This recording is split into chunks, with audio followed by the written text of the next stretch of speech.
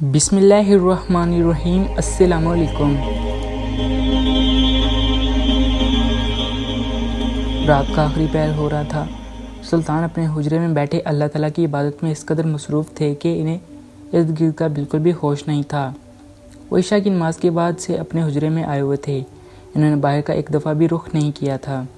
حجرے کے باہر ہی ان کے دو سپاہی ان کی حفاظت کے لیے مامور تھے۔ ویسے تو وہ خود بھی طاقتور اور رحم دل تھے کہ وہ اکیلے ہی جنگ فتح کر لیں، لیکن وہ کبھی بھی خود کو بہت طاقتور اور سمجھدار نہیں مانتے تھے۔ ہمیشہ ہی عام لوگوں کی طرح زندگی گزارنے کے قائل تھے۔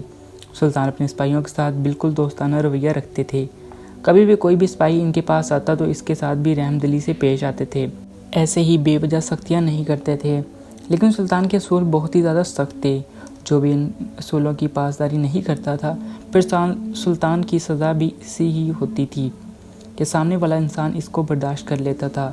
سلطان کبھی بھی انسان کی برداشت سے زیادہ اس کو سزا نہیں دیتے تھے۔ ابھی انہوں نے نوافل ادا کیے تھے کہ اچانک ان کے حجرے کا دروازہ پر کسی نے ہلکی سی دستک دی۔ اس وقت سلطان کو کوئی بھی پریشان کرتا تھا، لیکن اس پہر کسی کا دروازے پر دستک دینا انہیں چکنا کر چکا تھا، کیونکہ بات بہت بڑی عجیب تھی۔ جب بھی انہیں اس وقت پریشان کیا جا رہا تھا، ویسے بھی ان کی عبادت مکمل ہو چکی تھی۔ وہ بھی تھوڑا آرام کی غرض سے خوابگاہ میں جانا چاہتے تھے، اس لیے انہوں نے اپنا مسئلہ اٹھایا اور ایک طرف کو رکھ دیا کہ وہ دروازے کے قریب آئے۔ دھیرے سے دروازہ کھولا تو سامنے دو سپاہی اور وزیر کھڑے ہوئے تھے۔ ان کو دیکھتے ہی تینوں نے ادب سے سلام کیا اور حجرے میں آنے کی اجازت چاہی۔ اس وقت کافی تھکے ہوئے تھے، لیکن انہوں نے ان کی بات سننا ضروری سمجھا، اس لیے راستہ دے کر ان تینوں کو اندر آنے کی اجازت دے دی۔ تینوں ہی سامنے کھڑے ہو گئے تھے، جبکہ سلطان بھی ان کے عین سامنے کھڑے ہوئے تھے۔ سلطان محسوس کر چکے تھے کہ وزیر کافی اضطرابی کیفیت کا شکار ہے۔ وہ شاید بولنے میں ہچکچا رہا ہے، اس لیے سلطان نے وزیر کی جانب دیکھتے ہوئے انہیں بولنے کا حکم دیا۔ وزیر تھوڑا ہچکچا رہا تھا، کہنے لگا، سلطان معظم، جان کی مان پاؤں تو کچھ عرض کرنا چاہتا ہوں۔ سلطان نے سر کو ہلکی جبش دی اور اجازت دے کر کہا۔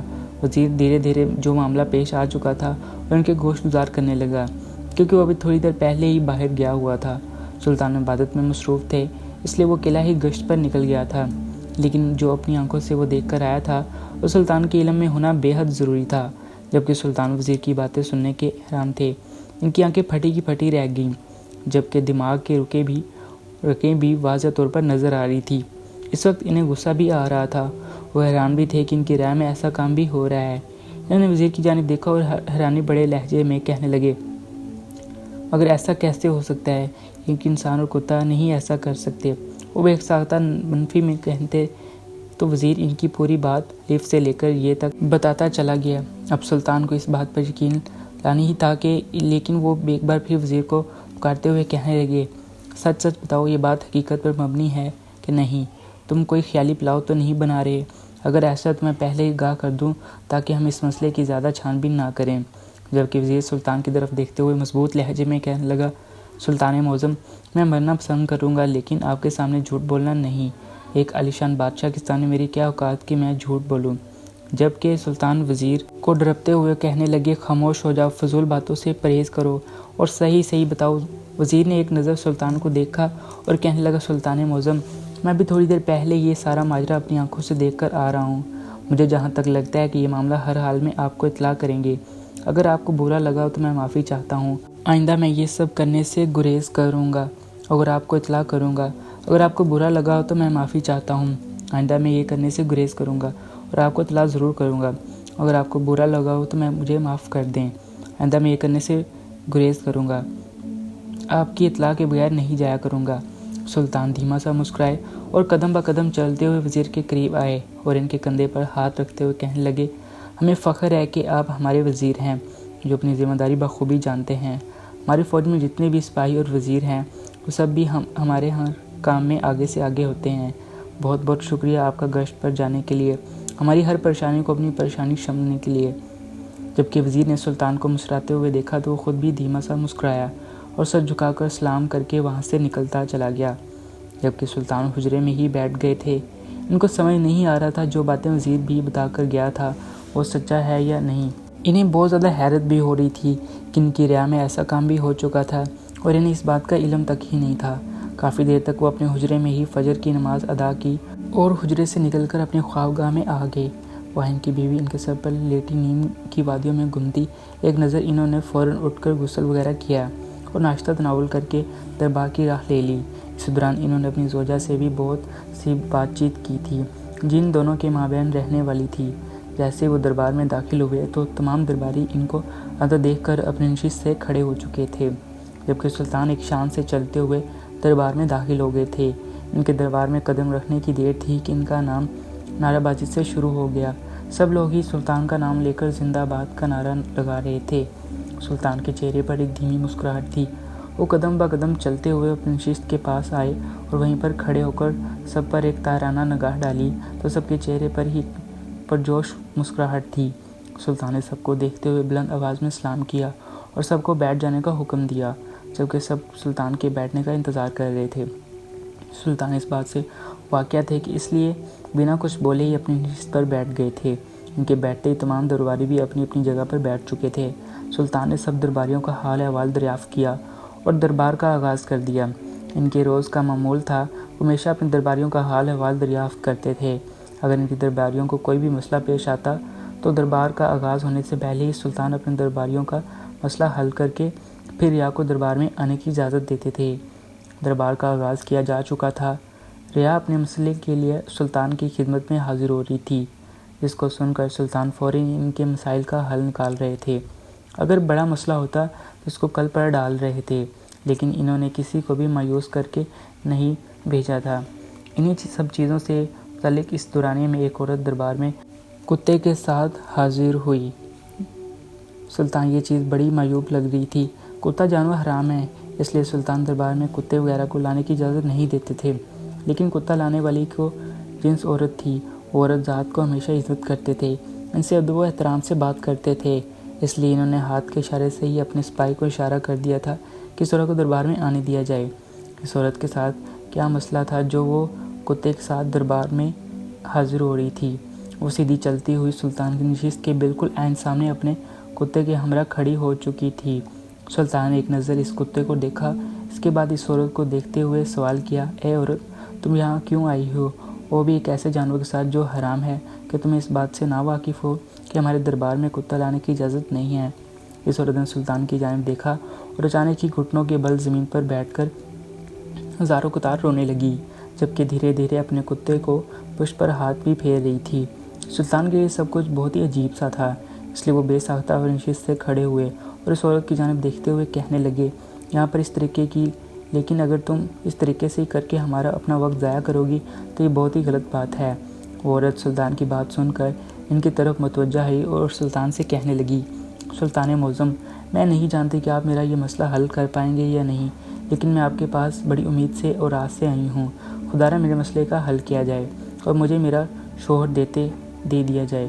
جو بھی مسئلہ ہے تفصیل کے ساتھ بتاؤ تاکہ ہم بھی اس مسئلے کو سمجھ سکیں اور کارروائی کا آغاز بھی کر سکیں۔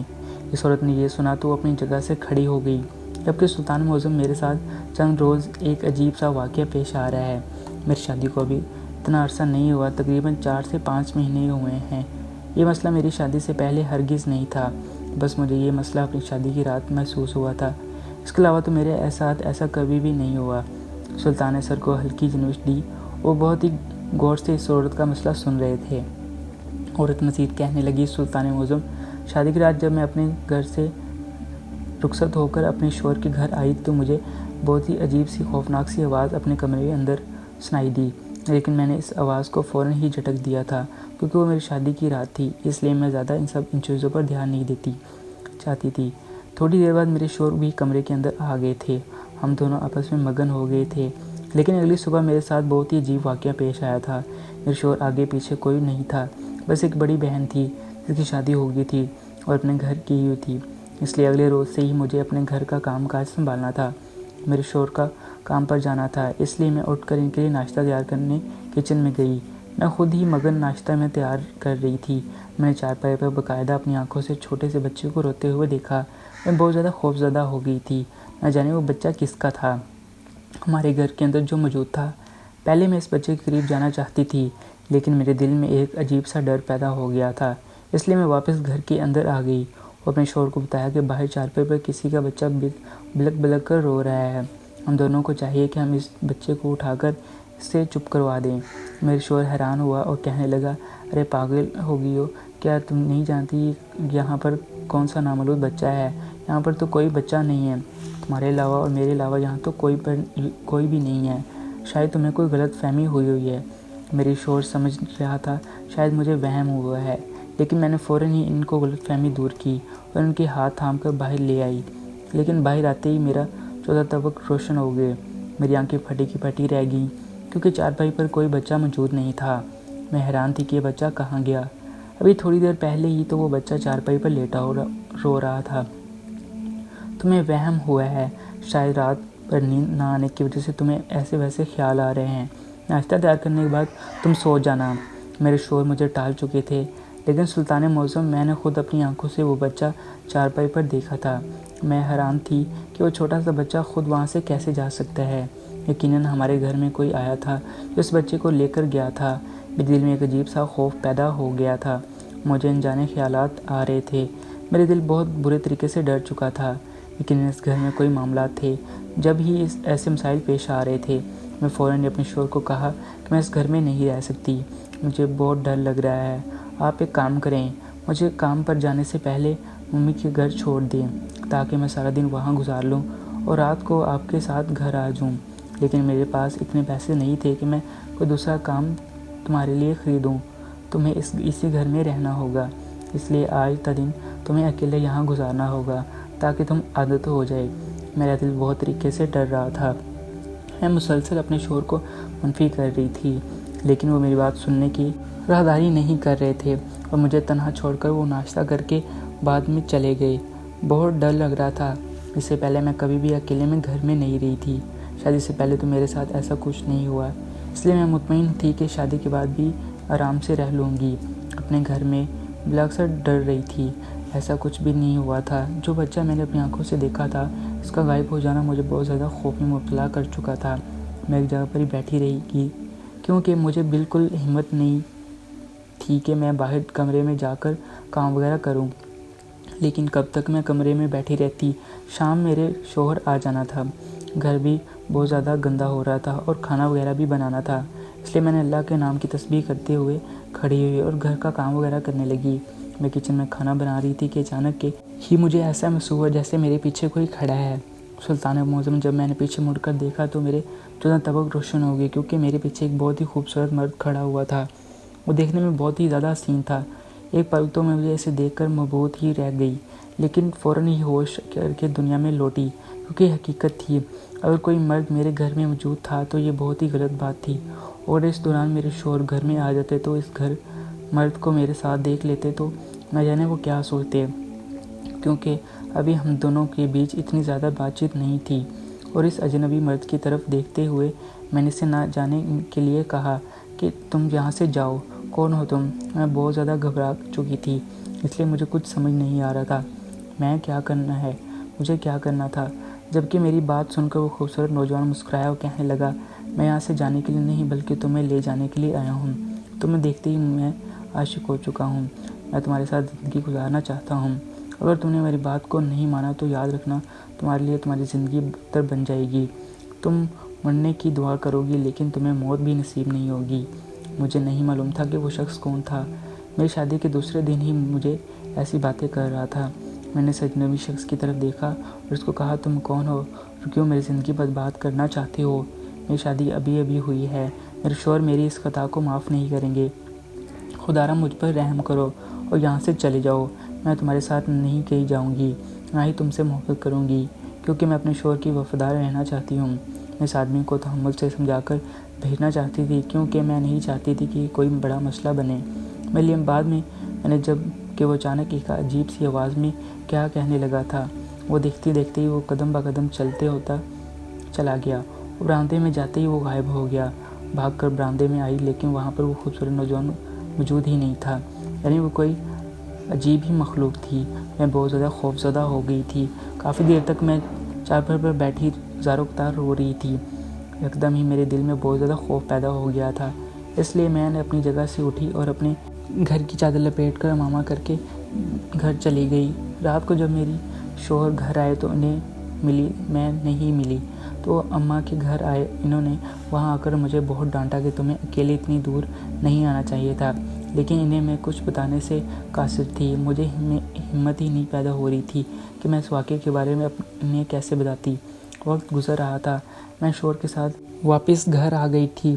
ہماری زندگی اب سکون سے گزر رہی تھی، لیکن پھر سے میرے ساتھ وہی واقعہ پیش آنے لگے۔ کبھی اس بچے کو دیکھنا تو کبھی عجیب سی آوازوں کا آنا۔ میں نے اپنے شوہر کو بھی تر باتوں سے آگاہ کیا، کیونکہ میں نہیں چاہتی کہ کوئی آس کر لے، جبکہ میرے شوہر مجھے پاگل کہہ کر ٹال دیتے تھے کہ تم عجیب سی باتیں کرنے لگ گئی ہو، پاگل ہو گئی ہو، ایسا کوئی مسئلہ میرے گھر میں نہیں ہے۔ لیکن وہ اس بات کو تسلیم ہی نہیں کر رہے تھے کہ میں بہت بڑا مسئلہ ہے، گھر میں ہو چکا ہوں۔ ان کی بیوی پر بہت اب سے مسئلے آ رہے ہیں، لیکن اس بات کو سمجھ نہیں رہے تھے۔ اور ایک رات میری پوری زندگی ہی تبدیل ہوگی، کیونکہ اس جن نے مجھے کہیں کا نہیں چھوڑا۔ میں پانی پینے گھر سے جیسے ہی کمرے سے باہر آئی تو سامنے ہی وہ نوجوان خوبصورت مرد بیٹھا ہوا تھا۔ اس نے مجھے دیکھ کر مسکرایا، خوشحالی سے کہنے لگا، آج میں تمہارے ساتھ وہ سب کروں گا جو میں تمہارے ساتھ کرنا چاہتا ہوں۔ میں تمہارا عاشق ہوں اور تمہیں اپنے ساتھ لے جانے کے لیے آیا ہوں۔ اگر تم نے میرے ساتھ چلنے پر آمادہ نہیں ہوئی تو آج ہی میں تمہارے شوہر کو کتا بنا دوں گا اور تمہارے ساتھ ساری رات غلط کاری کروں گا۔ اگر تمہیں مجھے روکو گی تو تمہارے ساتھ کوئی بھی نہیں روکوں گا۔ میں تمہارے شوہر کے ساتھ کرنے کا ارادہ رکھتا ہوں۔ اس نوجوان مرد کی بات سن کر میں اندر تک کانپ گئی تھی۔